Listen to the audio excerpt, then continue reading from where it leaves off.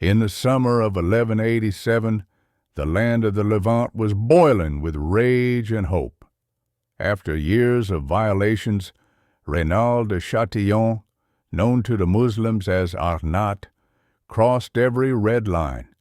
He attacked a large Muslim pilgrim caravan returning from Mecca, killed hundreds, and took women and men captive, including relatives of Saladin himself. In Damascus, Saladin stood before his commanders and spoke in a calm yet resolute voice. Patience has ended. Arnat did not merely attack a caravan. He attacked our dignity and our treaties. Today we gather the armies. Tomorrow we write history with the blood of the oppressors. In Jerusalem, the Crusader Council convened in King Guy de Lusignan's hall. The atmosphere was tense. Raymond III, Count of Tripoli, the one who knew the land best, raised his voice first. "Do not march. The Muslim army is waiting for us in dry, waterless terrain. They have water and shade. We will die of thirst before we even reach Tiberias. Let them come to us here in Sephoria." But Reynald slammed his fist on the table and roared, "You're afraid, Raymond, you who once married a Muslim princess. If we don't march now, they'll call us cowards. They'll say the king of Jerusalem feared that Kurdish dog."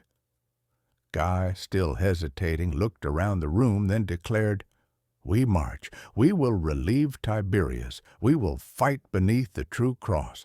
God is with us." On July 3rd, the Crusader army began its advance under the merciless July sun. Saladin watched from afar. He turned to his brother, Taqi al-Din Umar, and said quietly, "Let them come closer. Every step brings them nearer to death. Set fire to the dry grass. Cut off every spring and well. Thirst will be our strongest weapon." By evening, the Crusaders reached the horns of Hattin. Thirst was already tearing them apart. Armored knights staggered. Foot soldiers begged for water.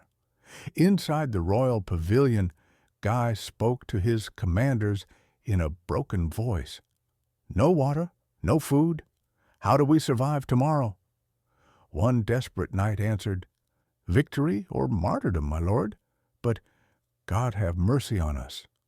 Dawn, July 4th, 1187. The real battle began. Smoke rose from every direction. Arrows fell like rain. Taqi al-Din led a fierce charge on the right flank and shouted, "God is great! Let no one reach the water." In the center, the Knights Templar and Hospitallers launched desperate charges toward Saladin's tent. But the Muslim archers cut them down. The true cross, the holiest relic, was captured. One Crusader knight cried out in anguish as he fell, "It's over! The cross has fallen!" Inside Saladin's tent, the Sultan sat calmly. The prisoners were brought before him: King Guy de Lusignan, Reynald de Chatillon, and the Grand Masters. Guy was trembling from thirst. Saladin offered him a cup of cold water and said gently, "Drink, O king." Guy drank, then, out of courtesy or exhaustion, passed the cup to Reynald. Saladin looked at Reynald coldly and said, "You gave it to him. I did not give it to him."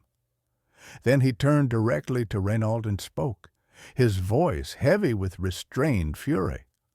"O Arnat, you murdered my pilgrims, plundered my caravans, attacked my ships in the Red Sea, and even tried to reach Mecca itself. What do you say now?" Reynald answered defiantly, "Do what you will. I do not fear you." Saladin stared at him for a long moment, then said, "In the name of God, you have violated every treaty, every law. If our positions were reversed, if I were your prisoner, what would you do to me?" Reynald sneered, "I would cut your throat." Saladin replied quietly, "Then you have judged yourself." He drew his sword and struck Reynald down in front of everyone. Turning back to Guy, Saladin said, You are a king, and I do not kill kings, but the crimes of your companion are what brought him to this end. Go, and remember, justice is our strength." After the battle, Saladin stood on a hill overlooking the field of captives and the fallen. He said softly to his commanders, "Today we washed away the shame. Today the road to Jerusalem begins."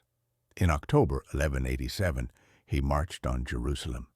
After a short siege, the city surrendered peacefully. When he entered the Aqsa Mosque, he knelt in thanks and said, "Praise be to God who returned Jerusalem to us after 88 years of injustice." He did not massacre the inhabitants, as the Crusaders had done in 1099. He granted them safe conduct. When he saw a weeping Christian woman searching for her lost child, he ordered the boy returned to her free of ransom. He told his officers, "We fight to restore right, not to slaughter the innocent." And so the Battle of Hattin ended not only with a military victory, but with a victory for justice and mercy. Saladin was not seeking revenge. He was reclaiming dignity. Even his enemies in Europe acknowledged his chivalry. When strength is joined with mercy, no army can stand against it, and no name is ever forgotten.